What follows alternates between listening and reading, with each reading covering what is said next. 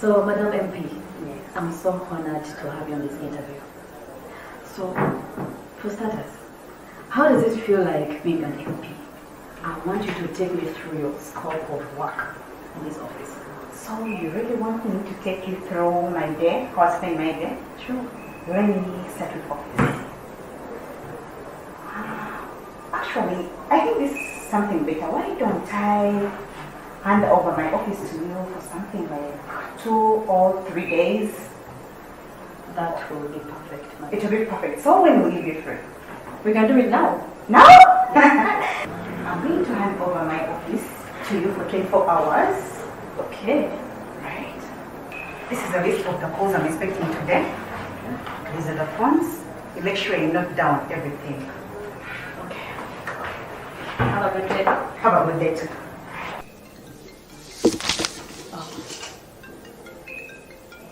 Yes, please, Officer for MP.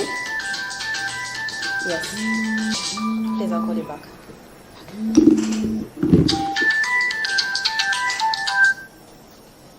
Hello, Officer for MP. How may I help you? Yes. Which place is that? Oh my God. How much? 14.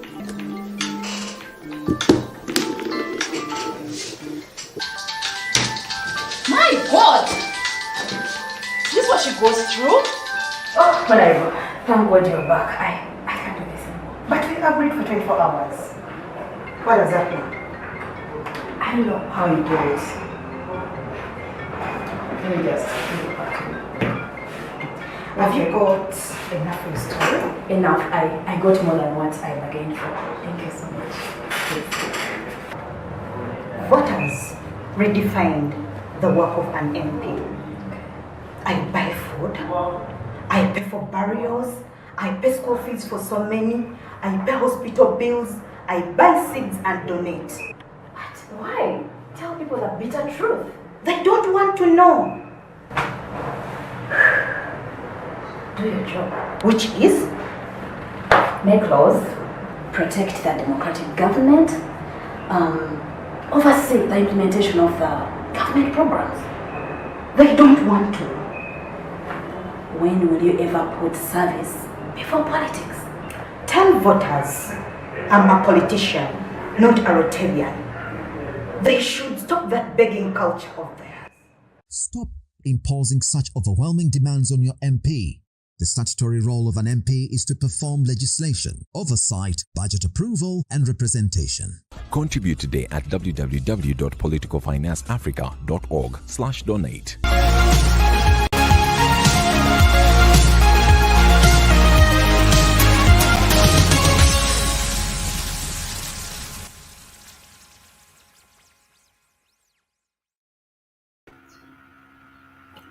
Very good morning to all our dear viewers and listeners outside there. Welcome to another edition of Acfim Talks. Today we are going to be looking at the Soroti East MP by-election. Was it money power? Was it the people's will? Or it was state power that determined the election outcome that was concluded yesterday? Before I proceed, I would like all of us to subscribe to our social media platforms so that you can be able to keep on following our discussions. On YouTube, we are Acfim UG. On Twitter, we are Acfim Uganda. Acfim UG. And on Facebook, we are Acfim UG. My name is Abel Eseru, and I'm going to be moderating today's discussion. So it's official. The Electoral Commission declared Honorable Herbert Edmund Ariko as the winner of the Soroti East Division Member of Parliament. Per the results, Hariko was the flag bearer for the National Resistance Movement Party.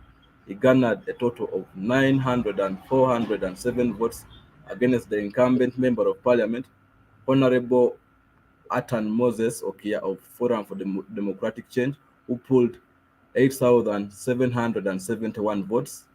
This by-election was marred by money. The entire state apparatus was at play. Violence was abundant. Supply, arrest, and detention of opposition supporters was not uncommon. It was interesting to note that the opposition political party leaders had a semblance of unity via National Unity Platform, Democratic Party, GEMA, and other parties saved for Uganda People's Congress that did not field candidates. And in fact, even rallied behind the Forum for Democratic Change candidate, that is Honorable Atan Okia Moses. Opposition bigwigs, notably Right Honorable, retired Colonel Dr. Kiza Besige and Honorable Robert Chakulani, who is also known as Bobby Wine, all rallied their support behind Honorable Atan. Conversely, top government officials, among them the president, the vice president, the prime minister, cabinet ministers, ministers of state, resident district commissioners, and the top leadership of NRM party were all on ground in an election that the NRM was determined to win at all costs. Misuse of government resources was also abundantly observed. As the NRM camp celebrates and the FDC counterparts cry foul, Acfim Talks takes this singular honor and privilege to reflect on the by-election that was to help us, that is to help us understand these are two gallant sons of the soil. So let me introduce starting with Mr. Benson Ekwe, who is a firebrand governance and democratic activist. He's also a founding executive director of Public Affairs Center in TESO, which is one of the leading organizations that does work around governance and accountability in TESO sub-region. He has also had a hand in the formation and nurturing of very many civil society organizations. For example, Midwestern Anti-Corruption Uganda, TESO Anti-Corruption Coalition Uganda, then also Anti-Corruption Coalition Uganda. He has also been at the forefront of observing several elections in Uganda, and I know you will bring a lot of knowledge and worth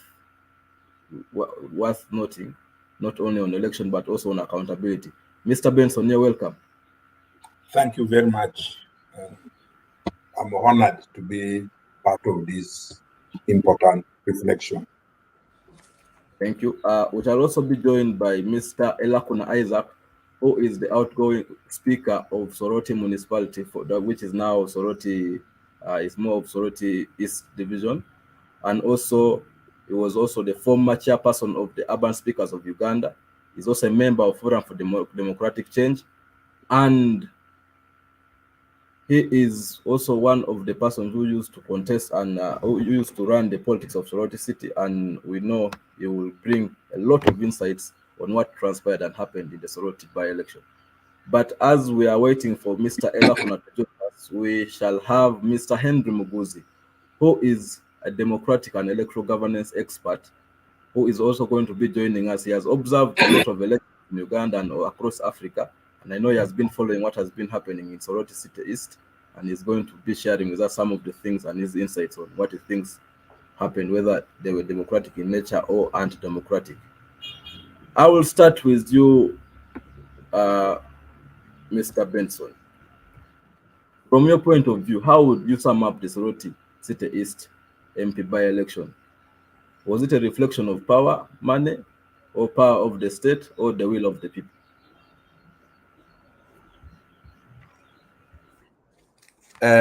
It is very interesting to see how people can be resilient under very difficult conditions. I think one fact we must now accept as people of Uganda is that if we want to cherish the value of democracy and good governance, we must be prepared to pay the price. I witnessed people resist. When you go to money politics, I was talking to one of the NRM stalwarts. He tipped me that this was the most by-elections they have ever held, which cost them a whopping 5.4 billion. 5.4 billion for a tiny constituency of 64 polling stations and a slightly 35,000 voters in a highly closed environment. It's quite huge. And intimated to me that in one of the polling stations, one of the village, they spent 150 million, and that's where they got 40 votes. So to me, it shows people can resist. It's not about poverty, it's not about what, but I'm telling you, people can stand and withstand the financial onslaught, which sometimes comes with the money. So I saw it in Soroti, and I also saw the state power. When the state descends on you, it comes with the entire apparatus. I would call this is a by-election between Atan and the entire state machinery. A small young man had to battle the entire system. The president was here, and there were over 1,000 soldiers. This morning, when I was going to my office, there were over 50 police cars packed in the regional headquarters that were now being released to go back to where they came from. We had almost close to 40 RDCs. We have close to, I don't know how many. Soldiers alone could be totaling about 1,000. There were many cars. This was the entire state system here. So I have never seen it before. But you just can imagine a local person who is struggling to exercise his democratic right, operating under such an environment. So it's about the state power. Then I've also seen the issue. So I see there the resilience of the people. They can resist the money. They can resist whatever comes on their way to stand. And of course, I saw that politicians can run mad. The first days were very peaceful up to the night of 27th. We even came out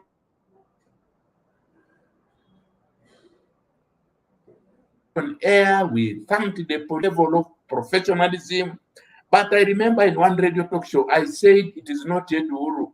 We shall celebrate on 29. And I pointed out that often with our police, with our security, they throw away overboard their professionalism where the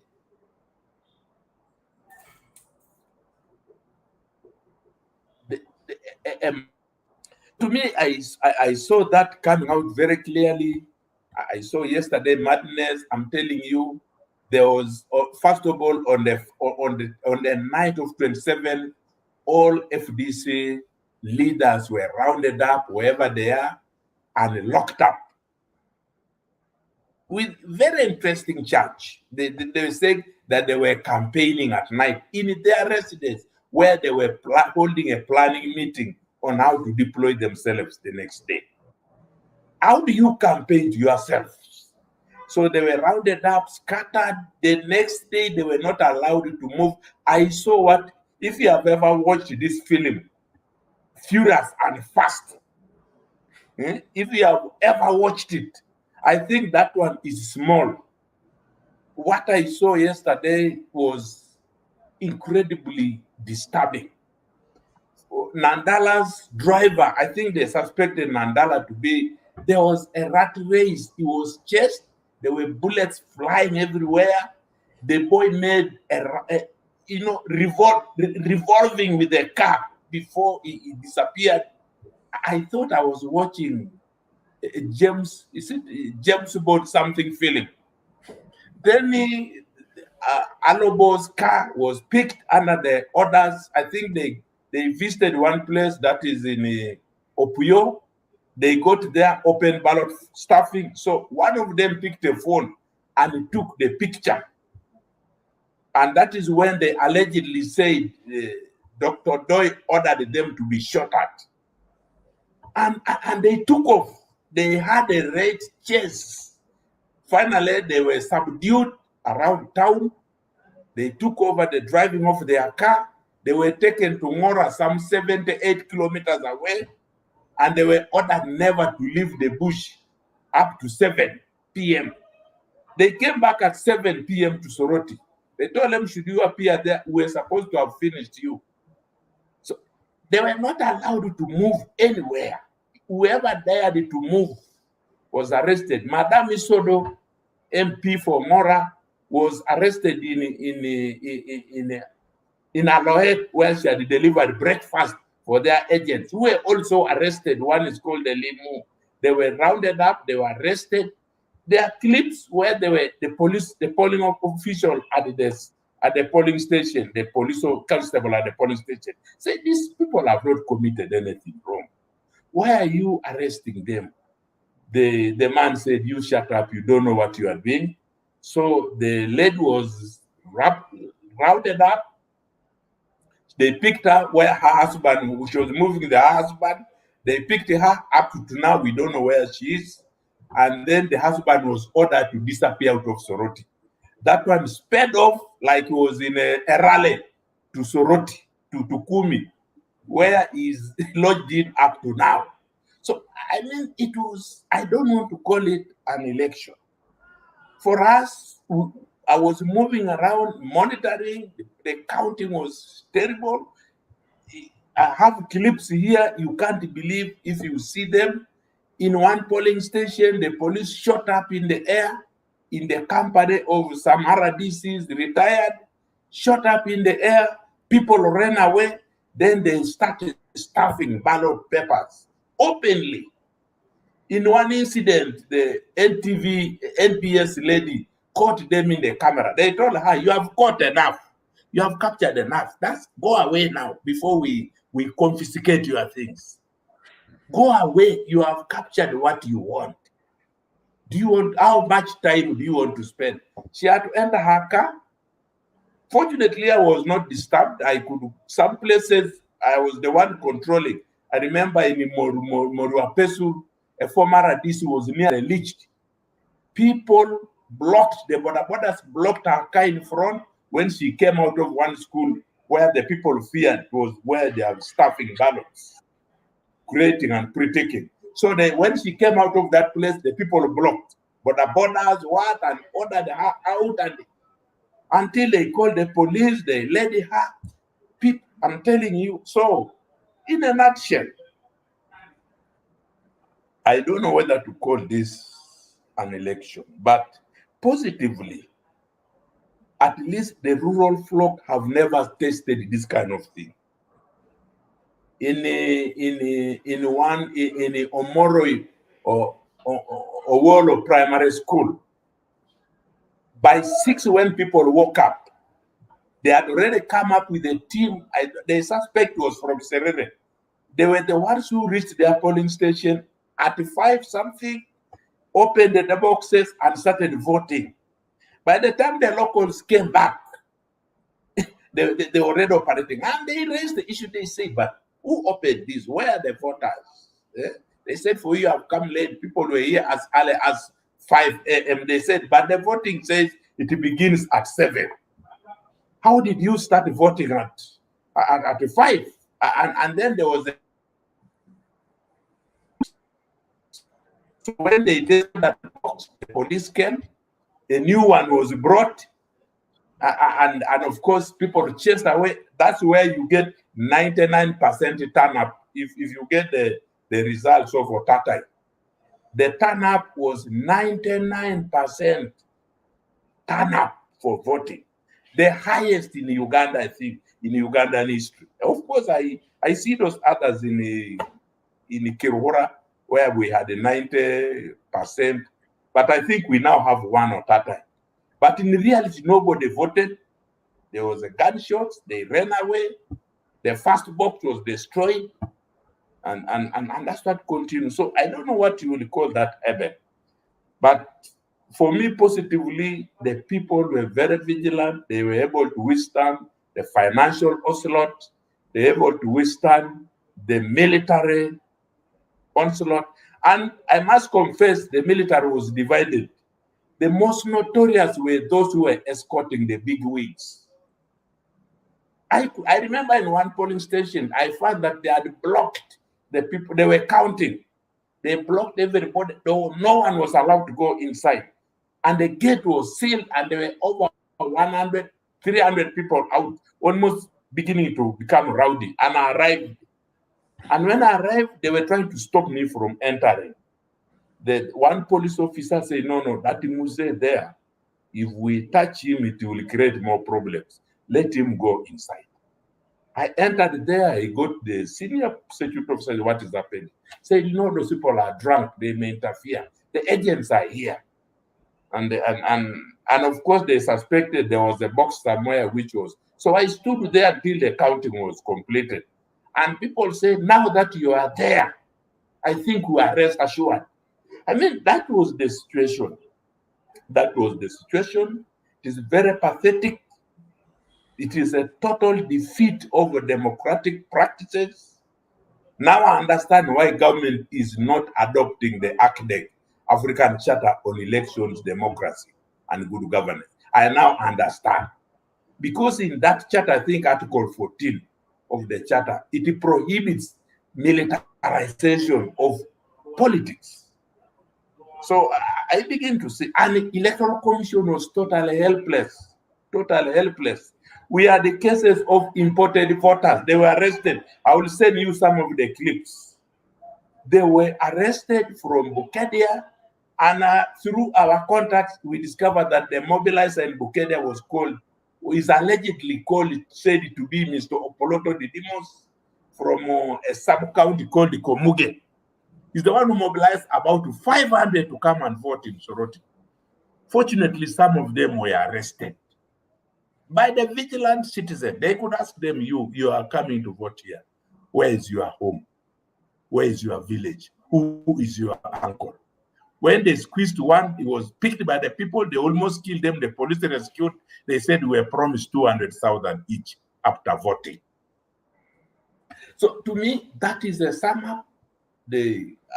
I think even despite all that, you get the NBS journalist who will tell you this is the first time she has been hearing about ballot stuffing, and even you, Abel, I'm sure you have been hearing about it.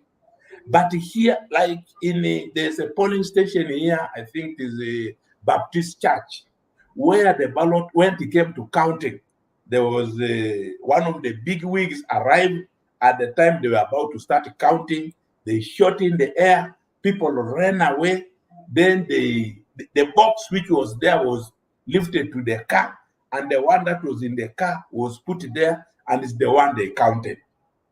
Openly before, journalists were beaten up and chased away, local ones. Radio stations were ordered not to relay anything apart from one radio. By one, all other radios had stopped relaying anything. It was all a voice of Tesla. So this is, to me, it was it. But positively, I can see that Henry, the struggle against the monetarization politics has not even started. But I think the other solution is to sensitize the people to know their right. There were distribution centers here. I could get a call at night. I remember in one place of Tichopi, I got a call from one of our people. He said, here we have been collected, pulled out of our houses at 1 a.m. Like it was a night operation. You are ordered to come out. And by the time they wake up, they had been gathered into one place. And then a candidate appeared and started telling them, we have, at the daytime, people don't come to listen. I've come to listen to you, to listen to me. Please vote for me. And then they gave them 10,000 each. They told them, go back to sleep at 1 a.m. with the full escort of security. It was like a night security operation. Imagine where you are pulled out of your house. No, get out, and then they gather you to a meeting. So this is what was happening, and I couldn't believe it. Now, when I get such a call, I say, please, what can I do? Whom do I call to? So I think, to me, that is a nutshell about what happened. But it is also... Thank you so much, Benson. I now want to bring in Henry. Henry, you've just listened to how Benson has summed up what happened and transpired in Soroti East by-election. And for you as a progressive democratic activist, and you've done a lot of research and observation across the continent on what is happening. If they are spending over 5 billion on an election, the entire state machinery and leaders are in the small constituency, isn't this electoral authoritarianism at play? And what can Ugandans do to fight back and ensure that they restore back democracy in a country like this? Thank you very much, Abel. Of course, from where we stand at the national level, we have also been closely monitoring the electoral activities on the ground in the Soroti City Division constituency. And I think it has been summed up very well, because what you saw was actually the power of money, the power of the state, plus also the will of the people not being allowed to be exercised.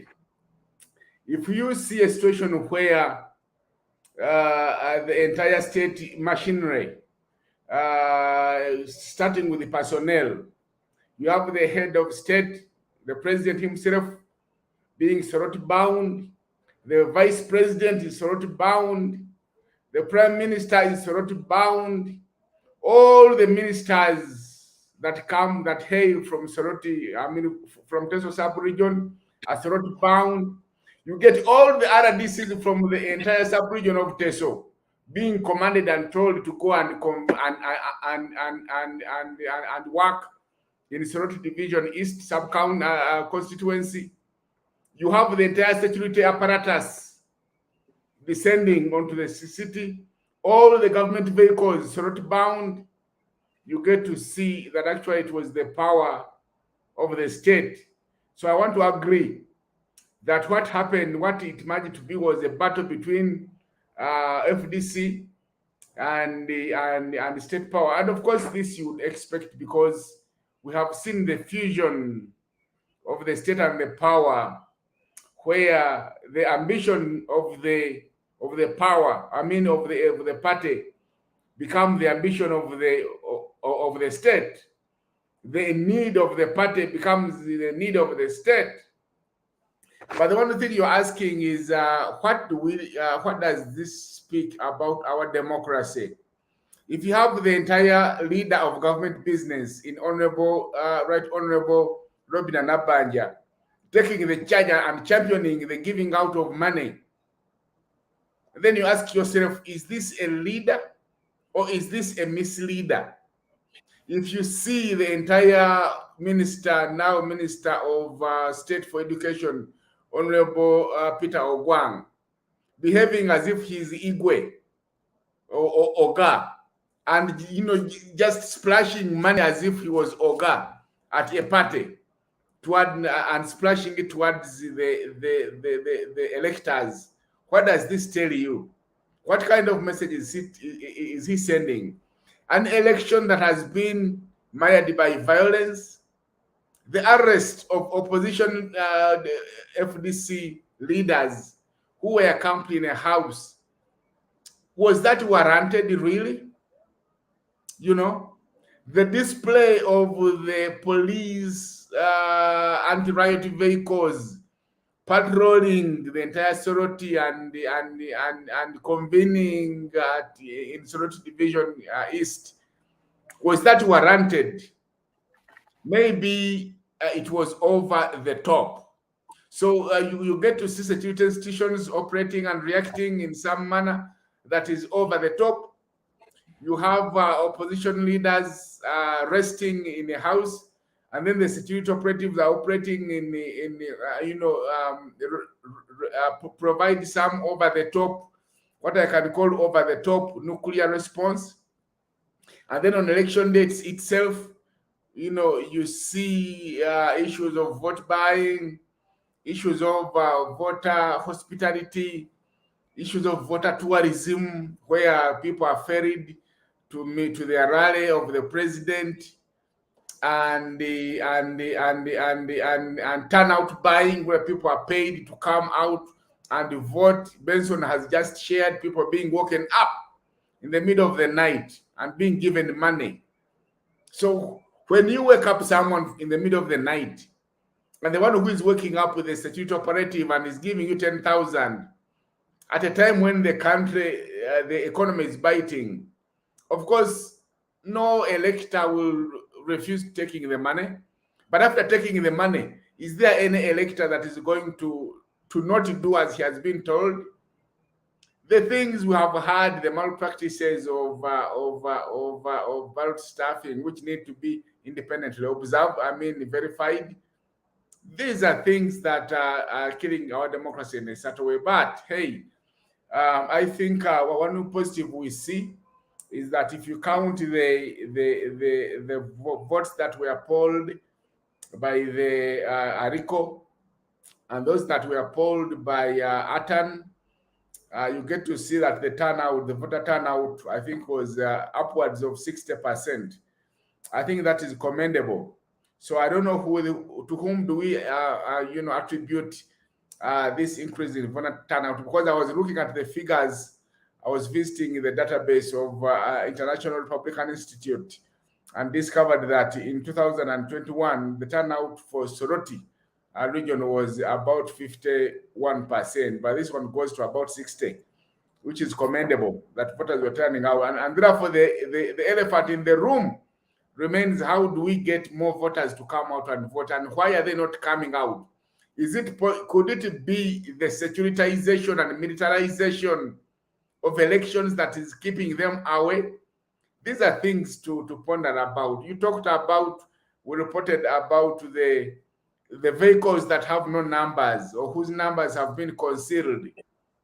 Who does this, and why do you do this? And why do the people that are doing this behave in a manner as if they were above the law? That the entire police personnel remains bystanders and they turn a blind eye to some of these things. So I think there are lessons to draw, but also there's a trend that needs to be critically looked at. And of course, it is a restatement of how determined the NRM as a party is at ensuring that they win every avoidable electoral spot, which of course would confirm what we have already said. We always said, we said Uganda has not been able to test multi-party democracy. The system we are having is that which is classified as a dominant political party system, where you have in place a dominant political party that has fused itself with the state and does not allow or permit the other political parties to organize and mobilize, and therefore eventually weakening the opposition and leaving itself as the alpha male within the kraal. Back to you, Abel. Thanks so much, Henry and Benson. We are going to go for a brief break and then we shall return with the next segment.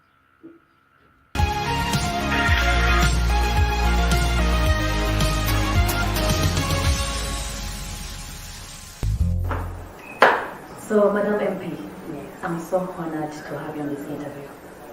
So, for starters, how does it feel like being an MP? I want you to take me through your scope of work in this office. So you really want me to take you through my day, how I spend my day? Sure. Let me start with office. Actually, I think this is something better. Why don't I hand over my office to you for something like 2 or 3 days? That will be perfect. It will be perfect. So when will you be free? We can do it now. Now? I'm going to hand over my office to you for 24 hours. Okay. Right. This is a list of the calls I'm expecting today. These are the phones. You make sure you note down everything. Okay. Have a good day. Have a good day too.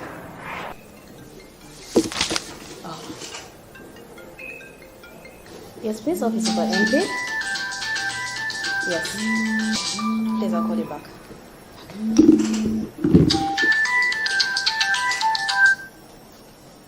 Hello, Officer for MP. How may I help you? Yes. Which place is that? Oh my God. How much? 14.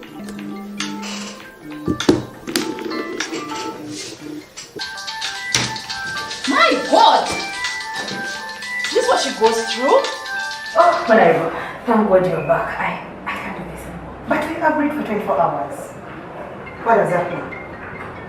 I don't know how you do it. Let me just go back to you. Have you got enough for your story? Enough. I got more than what I bargained for. Thank you so much. Voters redefined the work of an MP.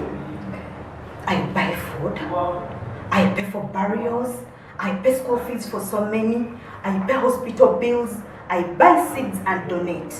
What? Why? Tell people the bitter truth. They don't want to know. Do your job. Which is?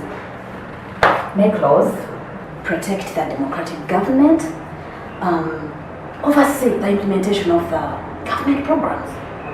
They don't want to. When will you ever put service before politics?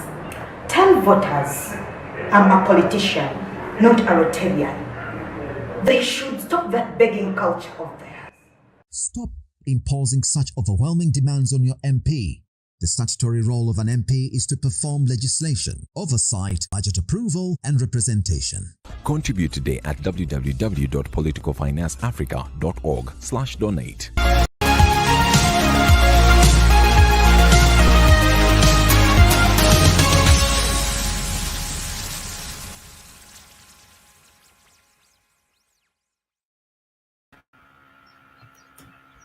Welcome back from that break. We are discussing about Soroti East MP by-election, whether it was money power, state power, or the will of the voters that determined the electoral outcome.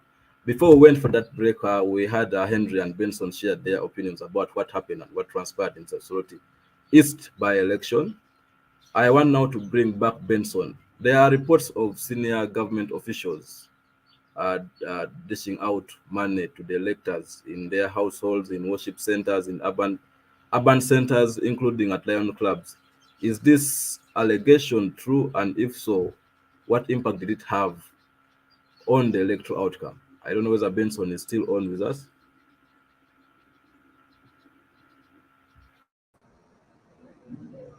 I think Benson seems to have connectivity issues. Okay, I think when he comes back, he will be able to respond. So I want now to bring back Henry here. Secularization has become a permanent fixture in Uganda's elections, and observers reported that heavy deployment of security forces were in Soroti, and you heard Benson talk of how they broke into some of the houses of the leaders in Soroti. For example, Honorable Anne Adeke's home was broken into the night to elections, and all these things are happening amidst people just seeing what is happening, and they're all in shocks. What do you make of such situations? I think what we need to understand is the reality. Excuse me. The reality of our context as in Uganda. What we have is a military organization that came and took over power and has stayed in office for 37 years. Of course, we remember that the principal of NRM, Mr. Museveni, first came to Ugandans. He came to Ugandans in 1980. He offered himself as a new king. Ugandans did not vote for him, so he could not come to power. He went to the bush. The only people that were able to help him achieve his goal of becoming president were the military. So he came to power through the military. So it has been the military that has continued to help him stay in power. And therefore, for an election like this one, which is needed to continue legitimizing the regime in place and ensuring that the majorities are kept, especially at a time when we need numbers in the parliament with a constitutional review looming, the role of security then becomes as important as it were. So, which is why you won't be surprised to see that the security were called into action. And indeed, boy, they did come into action, swung into action, because one can easily argue that perhaps if security had not played its role in arresting those that were arrested and doing what they did, maybe the outcome of the election would have been different. Who knows? So this is what I can say now that Benson has arrived. Back to you, Abel. Thank you, Benson. You just shared with us that there was a lot of state power, there was a lot of money power, and the will of people was not respected. And there are reports that senior government officials were dishing out money to the electors in their households, worship centers, urban centers, and also various places. You already hinted about this earlier, but we want to know what impact did this have? How true is this, and what impact did it have on the electoral outcome? And were people getting this money just because they are poor, or it was just time to eat? I want to put it this clearly. I think to me, the manufacturer, despite it being dished, did not have a fundamental impact. Like I pointed to you in a Juakali cell, for example, their leaders claimed they got up to 150 million. But the vote there, the NRM candidate got only 40 votes. So generally, to me, I think the defining factor was the coming in of the security. I think they had a very clear strategy. One was to disrupt the leadership system of the opposition. So that's when they picked up all the key leaders, locked them away. Some were taken to Dokolo, others were taken where. And then the next day, they made sure also that the monitoring system for the organizational system for monitoring elections was also disrupted. They were not allowed to move. I told you there was a rat race, similar to Furious and Fast. If you have watched that film, you tried to pass. Nandala tried to move, he couldn't. Isodo tried to move, she was picked. Joanne tried and even to abandon the castle using a motorcycle. Over 10 people were following her in their cars and motorcycle until it became difficult. She could have been killed. So they were not allowed to move anywhere. For those who were not arrested, you rather stay locked in the house. But so that monitoring system, the observatory system for the political party opposition was totally crushed. In the polling stations, their agents were arrested. I remember in one polling station, Omirio, so the agent was arrested, taken in for 30 minutes. They said, we don't know who are you? They were taken to the bush. By the time they came back, 3 booklets had already been ticked. They said, okay, now we understand you. It's okay. You stay around. I mean, you see that. So the monitoring system for the opposition, the observatory, was only the candidate was left running around. Only. And his only driver was arrested. So it was only the candidate. They could tell him, there's a problem here. He runs. There's an issue here. He runs. So I think that was so. Now the only remaining thing was the observers and the media. And that's why even the NTV lady could be told, no, you have captured what you want. Isn't that enough? Go away. Go away. So to me, that's what happened. The entire system was broken. And of course, it has also shown me that the churches shut up. I remember in the beginning, I think 3 days to election, the churches organized a meeting. They met the security, they met the candidates, and they told them, please don't deploy. And all big wigs of NRM, I remember Captain Mike Mukula came out on air and said there will be no interference. Even the vice president assured us on the media and said there will be no military. People vote the person you want. No one will touch you. But we started getting contradictory statements. While the vice president was assuring us, Tango Doi, for example, came out and said, there is no way I can come to here and I go away empty-handed. Are you seeing that? There's no way I have to go back with something. I have never deployed, I've never camped anywhere and we lose. So those are the things. And then the other, so to me, it was basically about the money to me had very little impact. It is true they spent it, and that's why they have to call in the army at the last minute, despite the assurances. I think they themselves gauged and said, if we rely on the money distribution, these people are funny. Because I witnessed situations where 100 people could go to the center and say, we are here, 100, we were misled, please give us. When they're given 2 million, the next 10 meters away from there, they start chanting level, level, level. Because level was a password. I think it was a slogan coined by opposition here based on a song sung by one of the activists, saying that whereas the government has come full swing, we need to level the ground ourselves as citizens. And to me, they did it. I'm telling you, if you go to those rural villages, people were standing.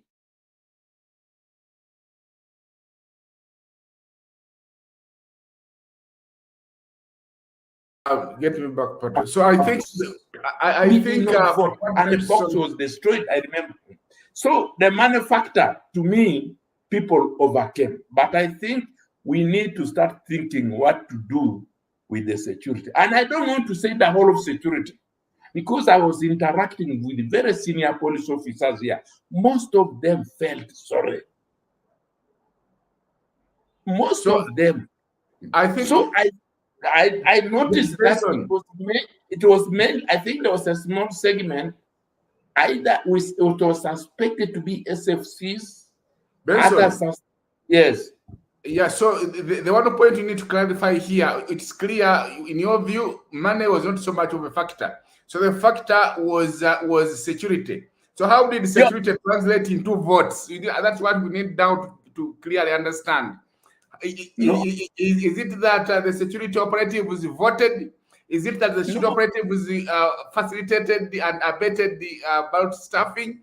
Explain that clearly now, Benson. I think the security became played a critical in reversing things in a number of ways. Number one, they were the ones executed arrests and the disorganizing of the monitoring and organizational apparatus of opposition. They were all picked up, locked up, detained in various places. Were they all voters? Were they all voters? So explain the votes, the 9,000 votes of. Yeah, I'm coming to that. So one is that the monitoring system of the opposition was destroyed. So now, and people need support. I remember in villages where people stood up. I can give you, for example, in Owolo. It was because the LOC5 Serere arrived there and they were able to say, this is what has happened to us, and they were able to call EC, and the issue was reversed. Now, in the absence of all their leaders who were arrested, they became vulnerable, and anything could now be done. So one is the destruction of that leadership and the monitoring apparatus of opposition was totally disabled. Then secondly, of course, through arrests and daytime chasing, like Nandala was almost killed in town. Yeah, but Nandala is not a voter, Benson. We are trying to explain the numbers now because elections are about numbers. Yeah, of course, I'm coming to that. Then there's the other issue now is that they abated. If you should have seen some of the clips where you get a smart police officer stuffing a ballot box, stuffing direct, pulling it from his thing and putting in, and you hear people in the background complaining directly. You see where the police, the security goes, escorts, especially of the big wigs, they go to a police station, shoot in the air, people run away, and they do their stuff. That one, there is evidence into that practice.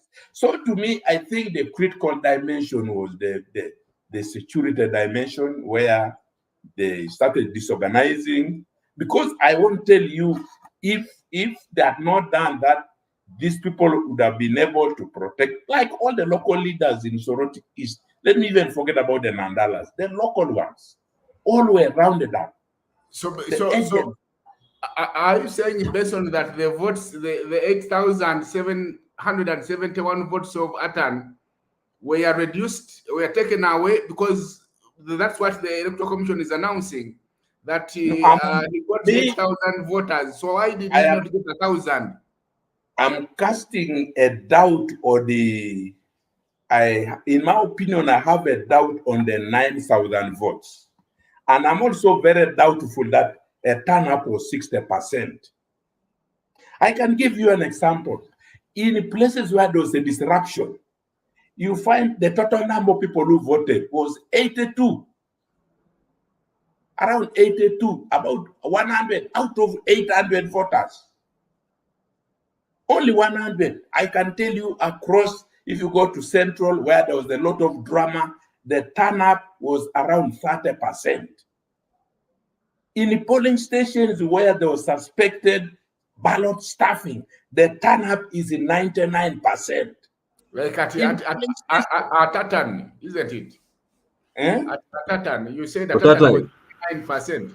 Oh, Otatai around 90%, 99%, or Aloet is also around 90-something%. Then others, you get them 30%.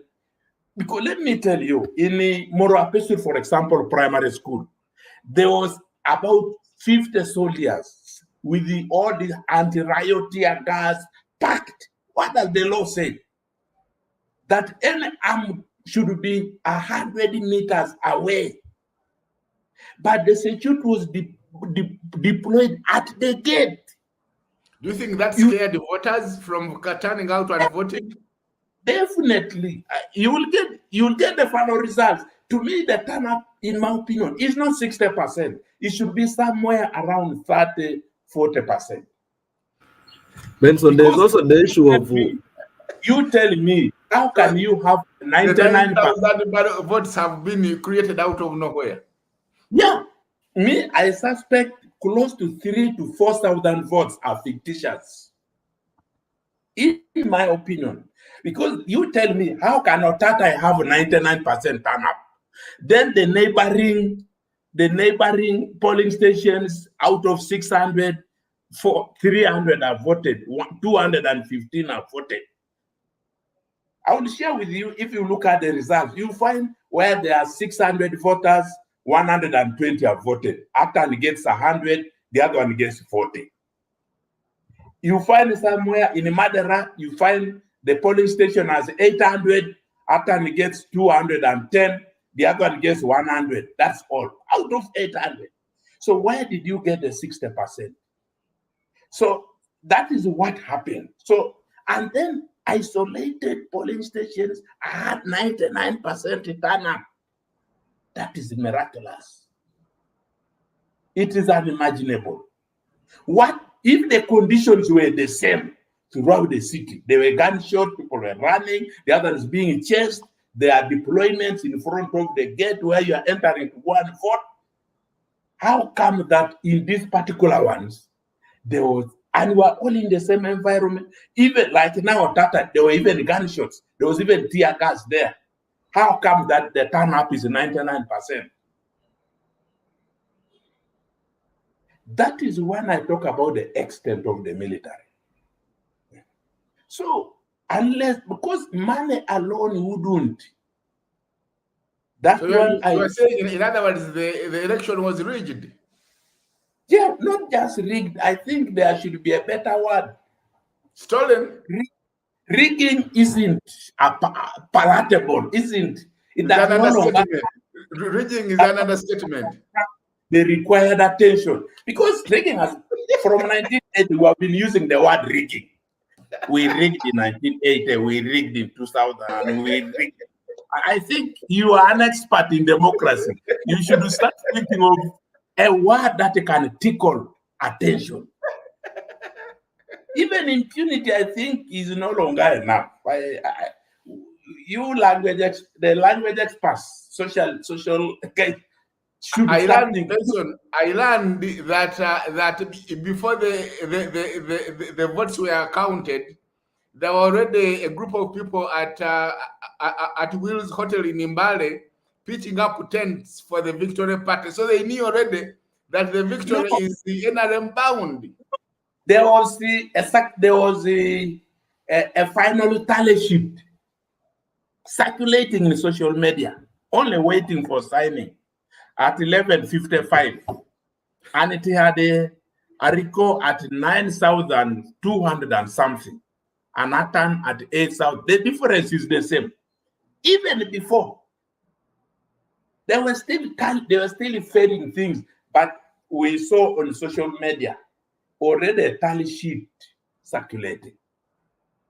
A final one awaiting I so and so, declare so and so, even before. So whether it is authentic, but it already speaks volumes. It already speaks volumes. So to me, the turn-up was not as actually there was a high enthusiasm for people to come. But when there was that shooting broadly, I can tell you, you know Soroti very well, in front of the public garden. The lines were very long. That is where there was a massive shooting for the driver of Nandala. People in the public garden, there are about 4 polling stations there, took off. You know, women and others, they say, I think it has now become so deadly. That's why the turn up there is too low. It is one of the lowest. The city center where people are very informed. You find in one polling station, 110 voted. Atan gets 80, Ariko gets 14. The other candidate gets 2.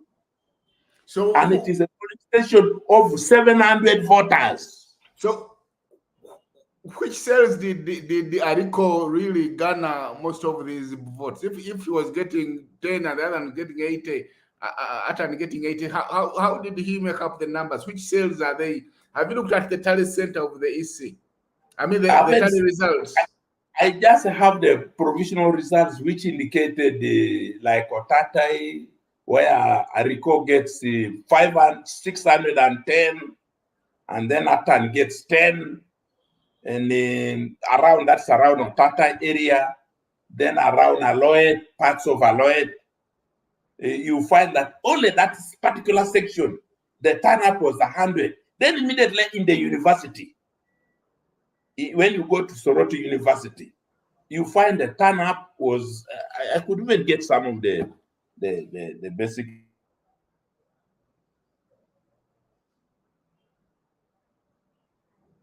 results.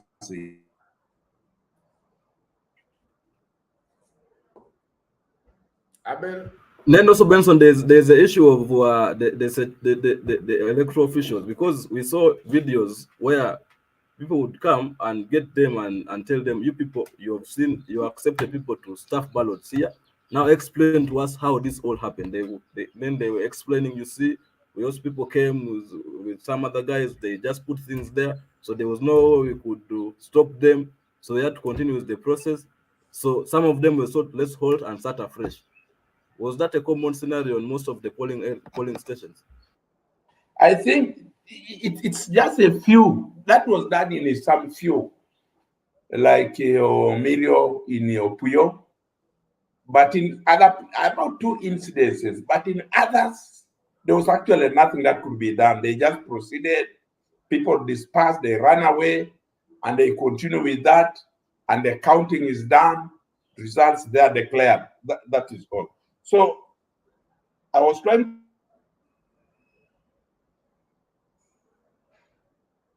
to look at some, just to show you the turn-up.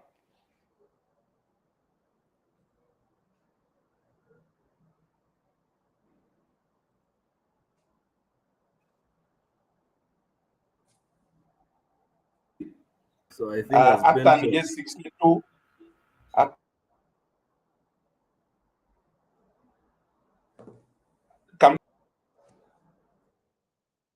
I think we have network challenges trying to disturb Benson. So I think as we wait for him, Henry, you can give us some of your thoughts on what you've just heard Benson try explaining, and what do you think now? Is it now the Ugandans to save themselves from such electoral authoritarianism? I think the opposition political parties have to do more, because if we can have those declaration of results forms as declared, as the results have been declared at every polling station, and then we are able to compare with what the electoral commission has. Because the problem is that the opposition political parties come out and say, oh, these results have been altered. But when you say, okay, the electoral commission has posted its results, where is yours, so that you can compare, and then they go, silent. So I think if this happened, the way Benson is explaining it, and that votes were manufactured where they did not exist, then the camp of FDC, the camp of Atan, should be able to produce these and adduce evidence in the court of law. Because as a matter of fact, it's him who has lost now the seat, having served for only 1 year. So until Atan adduces evidence that, look, these are the results as per the declaration of results form signed given to my polling agents, and this is what the electoral commission is putting up as the numbers, and here is the inconsistency. I think it will remain hearsay. So I think the opposition have to do more in terms of adducing evidence of malpractice. Thank you so much, Henry. I think Benson is off. No, but I can see you. Okay. You wanted to share with us some of the polling stations and the results you have there. I think I've seen when I try to share it, it interferes with because I'm using the same network. When I try to share it there, it interferes with our communication. But I will be able, but generally it shows, to me, it was a low turnout. Of course, I've heard Henry talking about evidence. I think there will be an overwhelming evidence. We have agents who say they were forced to sign something under gunpoint, which they were forced. Others say they ran away and nobody signed. So we have to see. But by and large, this was in a few strategically selected wards. I want us to get the impression that most of these were some selected wards, like Otatai ward, Aloete ward, and then parts of Opuyo. That's where the whole Kavio was. But in other areas, what was only was the spillovers, like if they come pass through the polling station, or like they go through your ward chasing each other, guns flaring, is what, like if you looked at Kamswahili, if you looked at Soroti Central, there was no Kavio within. But when they come chasing each other and you see gunshots, that is the impact. I think that's something I want to clearly bring out here. You find that to just spillovers, the tremor, if you threw a piece of a heavy thing in water, the reverberations. I think that. So it was those reverberations that caused that, like when Nandala's driver all his tires were shattered and they was shooting. People ran away from the polling station, disappeared, and never came back. So that means those people never voted. So these are the things. And generally, it would have been up to 27th. There was no sign of any problem. In fact, we're on air encouraging people, thanking the security for their good conduct, but we also warn that it will not be Uru until 29th. And we proved right. So I think opposition has a lot to do in the future. One of the things I was saying, if you know you can easily be rounded up, why don't you explore use of technology? I mean, for you to hold your meetings. Why don't you retreat far away from the place and come the next day, so that these trumped up charges of you know you're campaigning again. So I mean, there are many things one can wonder. But Benson, there's also one thing that we saw on social media, and also some people were sharing the vehicles moving without number plates or remove number plates. That one was, we started raising that issue. It started 2 weeks, I think a week, immediately after nomination. We started seeing vehicles. And that emanated when Atan went on air and his campaign team said, we have seen people using government vehicles for campaigning. I've seen the prime minister here with all our entire system. I've seen it here. So these are the matters. We are moving with our lawyers. We are going to document this. The next day, we saw there were no number plates. So they started, most other DCs were here. Some abandoned their official cars. They were using, of course, you know, other DCs are public servants. But they did not feature so much. They featured yesterday when it was going around like in the name of monitoring. But they couldn't even address meetings because that matter was pointed out. So there are vehicles everywhere. I remember in one incident in what they call town talks. Town talks is within the town. 4 youth went to a vehicle and they started taking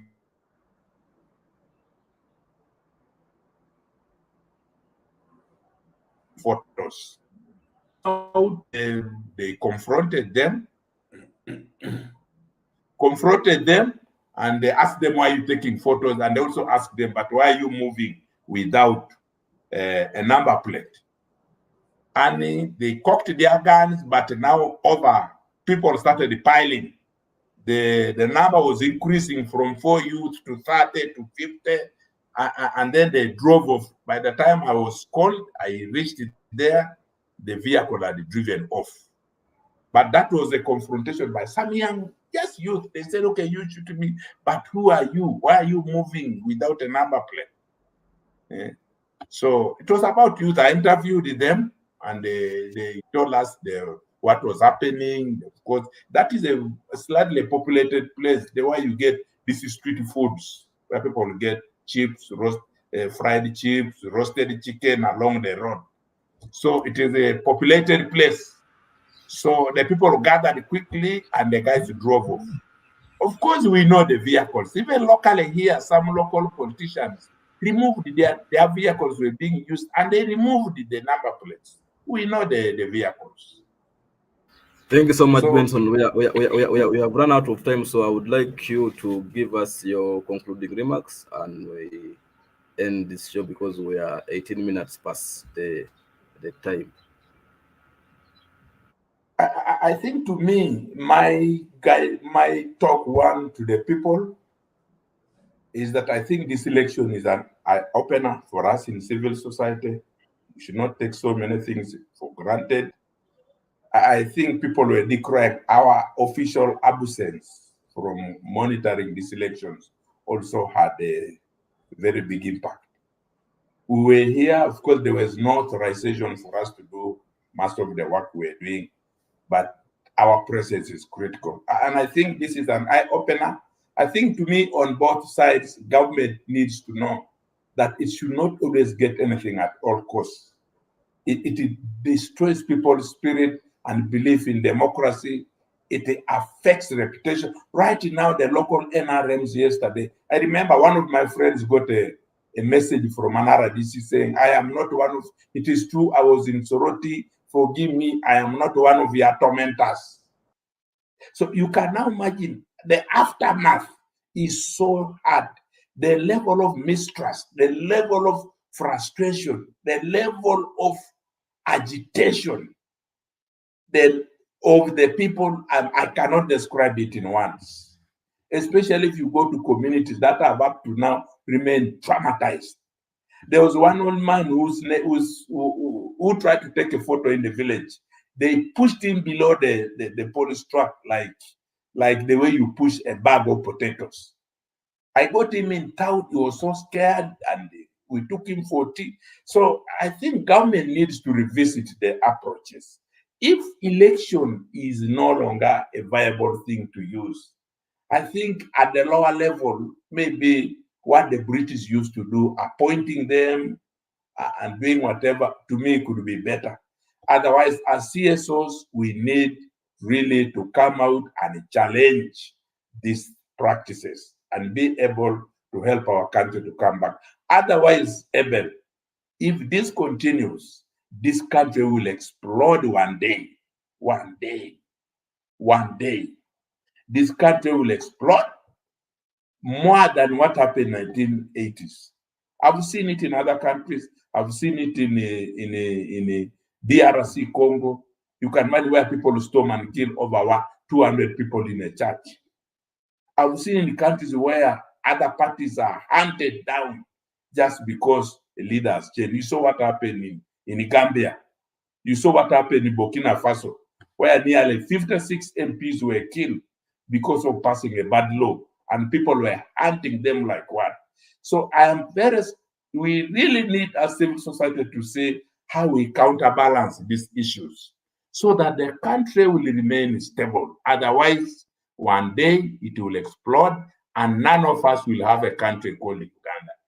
So I think, to me, it encourages me more as a civil rights activist, human rights activist, and a governance activist, really to focus on how we can make Uganda. Let's not tire. These things don't discourage me.